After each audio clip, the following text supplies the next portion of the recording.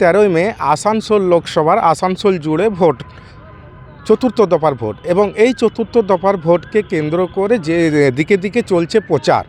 এবং এই যিনি আছেন আসানসোল লোকসভার প্রার্থী, তৃণমূল প্রার্থী শত্রুঘ্ন সিনহা, তারই সমর্থনে আগামীকাল আসতে চলেছে রানীগঞ্জ রাজবাড়ি ময়দানে অভিষেক ব্যানার্জি। এবং এই অভিষেক ব্যানার্জির আসার যে প্রস্তুতি, সে প্রস্তুতি চলছে জোর কদমে। তেমনটাই এখানে উপস্থিত রয়েছেন রানীগঞ্জ ব্যুরো 2 চেয়ারম্যান, আসানসোল কর্পোরেশনের ব্যুরো 2 চেয়ারম্যান মুজাম্মিল শাহজাদা, এবং তার সঙ্গে উপস্থিত আছেন রানীগঞ্জের যে টাউন প্রেসিডেন্ট রূপেশ যাদব, তারা এবং দলীয় কর্মীরাও এখানে উপস্থিত রয়েছেন। এবং তার সঙ্গে মোতায়েন করা হয়েছে বিশাল পুলিশ বাহিনী। আপনারা দেখতে পাচ্ছেন সেই ছবি আমার পেছনের দিকে যে ছবিটা রয়েছে, জোর কদমে সেই প্রস্তুতির কাজ একই রকমভাবে চালিয়ে। আগামী 13 মে চতুর্থ দফার ভোট আসানসোল লোকসভা কেন্দ্রে। তার আগে জোর কদমে চলছে প্রার্থীদের প্রচার। বিভিন্ন কেন্দ্রে দলীয় প্রার্থীর সমর্থনে প্রচারে নেমেছেন তৃণমূলের সর্বভারতীয় সাধারণ সম্পাদক অভিষেক বন্দ্যোপাধ্যায়। তেমনি শুক্রবার আসানসোল লোকসভা কেন্দ্রের তৃণমূল প্রার্থী শত্রুঘ্ন সিনহার সমর্থনে রানীগঞ্জের শিয়াশোল রাজবাড়ি ময়দানে প্রচারে আসছেন অভিষেক বন্দ্যোপাধ্যায়। আর এই প্রচারকে কেন্দ্র করে প্রস্তুতি চলছে জোর কদমে।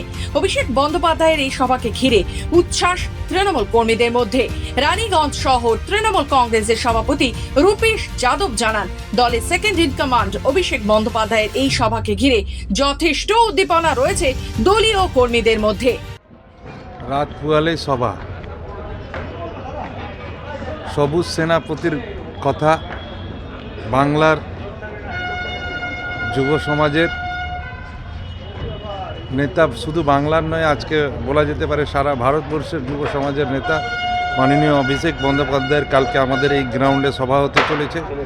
আমাদের প্রস্তুতি জোর কদমে চলছে। আপনি দেখতেই পাচ্ছেন কি শয়ে হাজার হাজার লোক লেগে আছে এই প্রস্তুতিতেই।